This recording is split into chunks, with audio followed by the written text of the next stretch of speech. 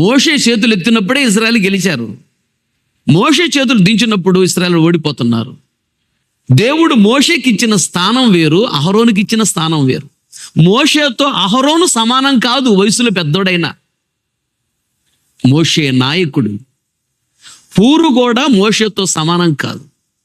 నేను అంటాను, మోషే చిన్నవాడు కదా, అహరోను పెద్దవాడు కదా, ఎందుకు మోషేకి దేవుడు ఇంత కృపనిచ్చాడు? ఒక ఇంటిలో పాత్రలు ఉంటాయంట. కొన్ని పాత్రలను ఘనతకి, కొన్ని పాత్రలను ఘనహీనతకి వాడుకుంటూ ఉంటాం. నువ్వు 2000 రూపాయలు పెట్టి చెప్పులు కొనుక్కున్నా కాళ్ళకి వేసుకుంటావు. 50 రూపాయలు పెట్టి దువ్వెన కొనుక్కున్నా ఎడబెడతావు, నెత్తిని పెట్టుకుంటావు. చూసావా? 50 రూపాయలు దువ్వెన నెత్తిని పెట్టుకున్నావు, 2000 రూపాయలు చెప్పులు కాళ్ళకి వేసుకో. అంటే ఒక పాత్రను ఘనతకు, ఒక పాత్రను ఘనహీనతకు దేవుడు వాడుకుంటాడు. అది దేవుని కృప, అంతే.